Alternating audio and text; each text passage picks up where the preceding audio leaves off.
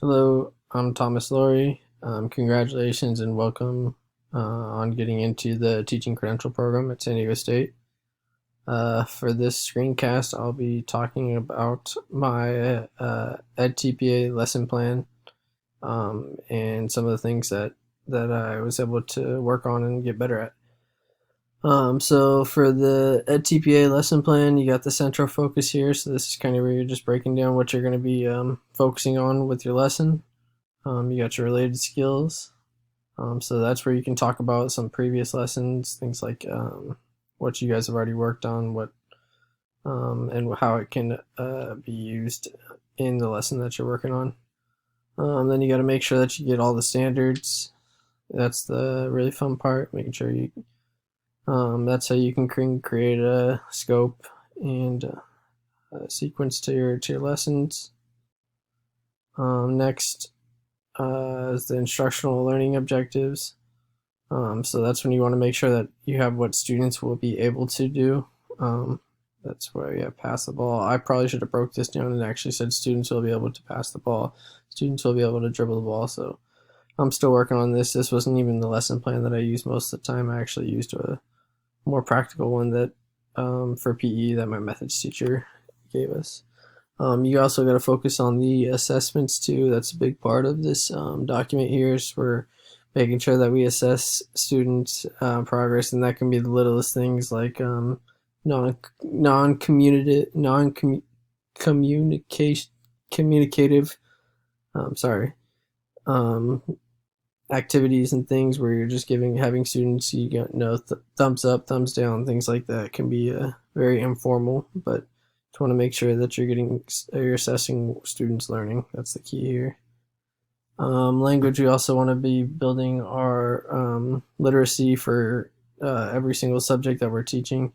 So even PE, we use a lot of different vocabulary than what a lot of other subjects use. So we want to focus on like bounce pass, chest pass, use where you list out all the different vocabulary that the students need to be practicing and learning. You also got your language functions here, which is when you want to do explain. I should have probably bolded explain here. And then, yeah.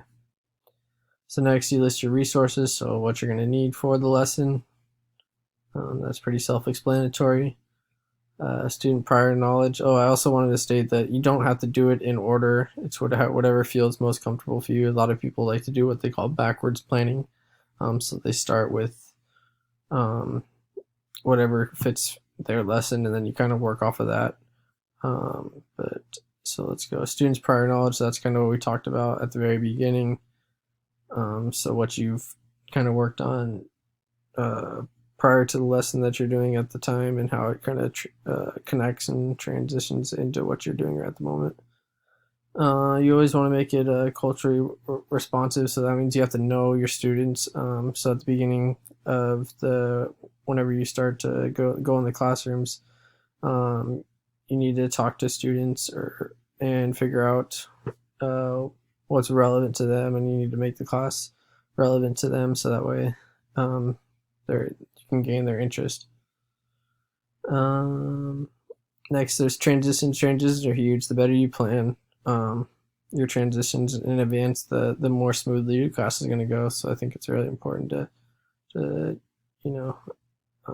have good transitions. And then hooks and purpose, that just is to get more student interest too as well. And that'll kind of just depend on what your lesson is. So next is focused instruction. So modeling. So this is content skills in previous lessons. Instructor will provide a workout sheet to guide students. So this is kind of just what you're doing in the actual lesson itself. And then it also has kind of a part right here where you're going to break it down for scaffolding, which is just a support system for people that are learning the language. Here is the bulk of what you're actually teaching. So like I was talking about earlier, a lot of people will backwards plan, and they'll start with this part, what you're actually going to be doing for the lesson, and then kind of build off of that. So this is what we were working on. We're doing is a station. It's different stations for basketball. So You're just spending 2 minutes at each station and kind of rotating.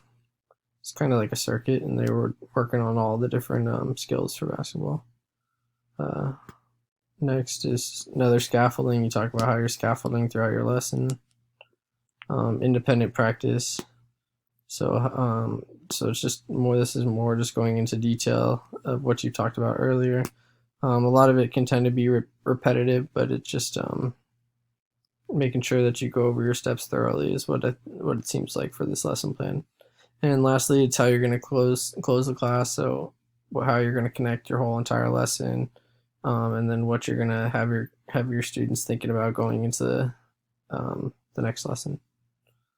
So that's kind of my take on this lesson plan template here.